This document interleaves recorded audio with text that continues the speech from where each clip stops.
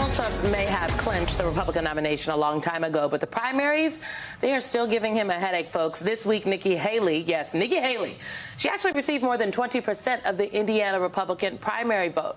This is despite dropping out more than 2 months ago.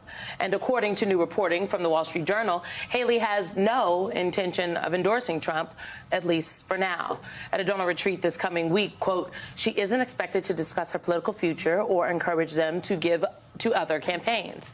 NBC News has since confirmed this report. Olivia Troy is back. I would also like to note, I know there's reporting from Axios that says Nikki Haley is on the Trump campaign's list. And I think the Trump campaign and Donald Trump, very important language, I highly doubt. Nikki Haley ain't on Donald Trump's list for anything. That's just not happening, right? I mean, come on. No, she's already crossed that line. You know the man. You know how he thinks and how he operates. There's no way he's going to put that kind of aggressive opponent on a ticket with him, number one. And number two, someone that he knows when he needs to do certain things will do those certain things. And that's not Nikki Haley. But here's the problem with Nikki Haley. You don't get to play it both ways. You don't get to run the kind of campaign and say the kind of things you did and move the country towards your corner only to then come out and go, hey, you know, I kind of like Donald Trump and I'm going to endorse him because he's the party nominee.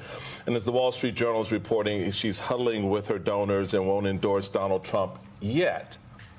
Yet is doing a lot of work. Thank you, Alicia. Is doing a lot of work. So how do you see this, having been inside that bubble, and how those machinations come about? What do you think is going on with Nikki and the campaign and the timing? Because this is what we're talking about ultimately, is with the timing of whatever she's going to do, which I think probably will be endorsing Trump. Yeah, look, I think what she's doing is she's building out her groundwork, her network, and building her own profile politically, right behind the scenes. I think that she's looking at the future.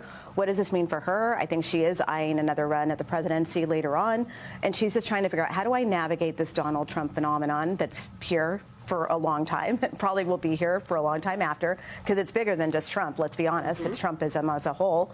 But I think she's also kind of like, my future, though, will be zero if I don't fall in line and support him. And so I think we've talked about this before, and I get a lot of criticism from my Republican colleagues that I am not all in on Nikki Haley. And I'm, as much as I would want to support someone like her, I don't have respect if you're going to go out there and pretend that you're this person with integrity and then take it all back and come out and say you're going to fall back in line, you're going to support him. Wind up doing Bill Barr. Yeah, and what does that mean for the voters? The people that are voting and supporting her still right now, even though she's not really a candidate still, I worry about the direction that she's going to lead those people when she does come out eventually and support Donald Trump. That's my concern. The way that Chairman Steele qualifies the bar that you have set is he has described himself as being greedy, that it is not enough for him, for Republicans to come out and say they're not going to vote for Donald Trump. You have to go that extra step.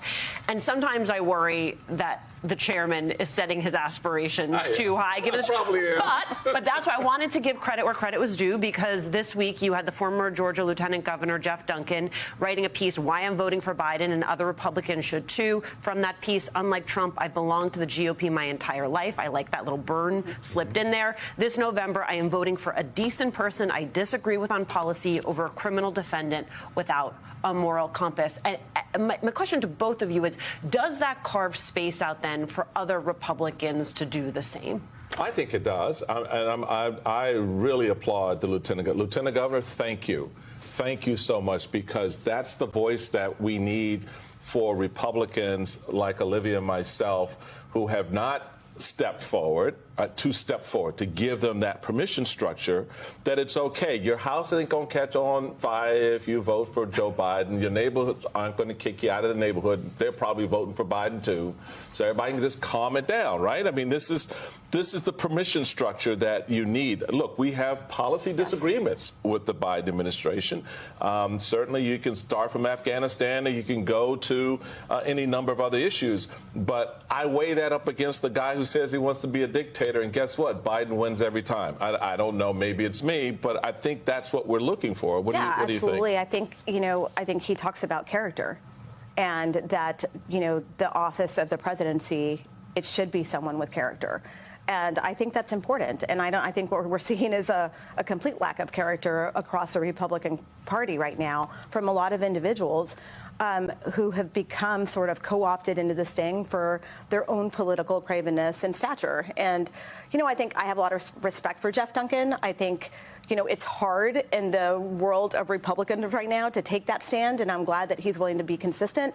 His own, friend, Governor Kemp, certainly wasn't. Right. He just fell back in line, even though he faced what happened in the 2020 election, which was super disappointing to watch him do that, because he knows firsthand the danger of what Donald Trump is and the danger he is to undermining our democracy. I saw that Jeff Duncan's predecessor called him, he said every village needs a useful idiot. I saw that quote about it. And I would argue and flip the script on that and say, actually, no, I would argue and say that the idiot found a useful village with all of these complicit and enablers across the Republican Party who refuse to chart a different path for the party. Yeah. She's talking about, for y'all that missed it, she's talking about Donald Trump. Donald Trump is an idiot, and the villagers are the Republican Party apparatus. I mean, there are many. It is the Jeff Duncan endorsement. There are many warning signs for the Trump campaign. I would note, I have not heard them talking about opening offices. Right, the things that you need to do to win a campaign are not hold rallies on the beach on Saturday morning, where you say that tens of thousands of people are coming, but we will check it out. We will check the numbers with the fire marshal, and I don't believe that that's what we're going to hit. The way you win campaigns is you open offices, you knock doors, you hire staff, and you organize. And Democrats in Indiana, for example, they had been organizing. I mean, they grew their margins in Marion County in 2020, and Indiana Democrats have been targeting that for years. Marion County in Indiana is where Nikki Haley did the best. She posted above a 30-point performance, 30 points in that specific county. To me, that if I was a Republican strategist, I can't even get the comment out. If it were me, I would be concerned.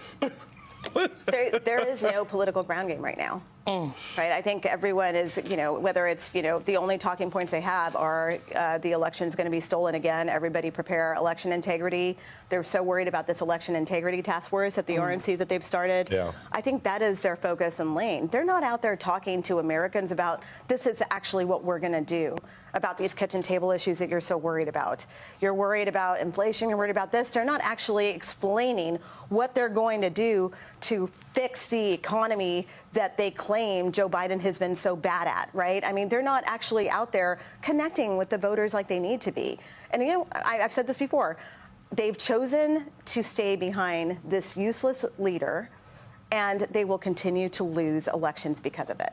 So why do you organize when you're just going to try to steal the election anyway? I mean, well, they're not. You're going to lie. You're going to lie about it anyway. You've already, your lead dog is already telling us he's won the race, and if if it's not official come November, then the whole system's rigged, right? So why do I need to organize in Indiana and Georgia and Arizona and Pennsylvania when the plan is already in place to lie about who won anyway? So as the chairman would say, that's the rub. That's the rub.